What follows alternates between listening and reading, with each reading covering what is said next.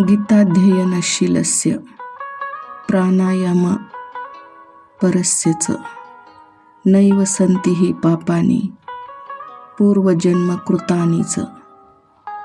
जो मनुष्य भगवद्गीतेचे प्रामाणिकपणे आणि संपूर्ण गांभीर्याने अध्ययन करतो व प्राणायामाचा नियमित सराव करतो, त्याच्यावर पूर्वजन्मातील पापकर्माचा किंचितही परिणाम होत नाही.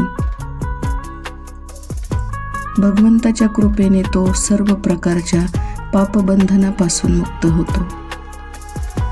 सर्व धर्मान परित्याज्य मामेन शरण वज्र अहत्वा सर्व पापे भिक्षु मोक्षायी मी मा शोच.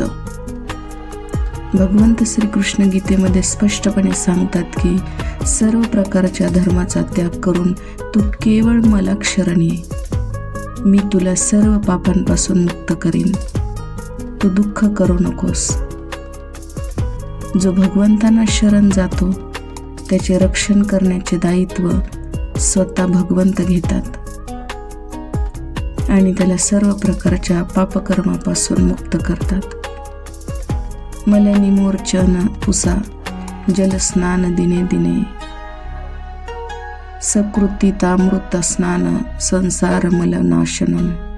मनुष्य प्रतिदिन जलस्नान करून शरीराची शुद्धी करतो, परंतु जर कोणी एकदाच भगवद्गीतेच्या अमृतरूपी ज्ञानामध्ये स्नान केले तर त्याच्या भौतिक जीवनातील सर्व मलिनता नष्ट होते आणि तो संसार बंधनापासून मुक्त होतो.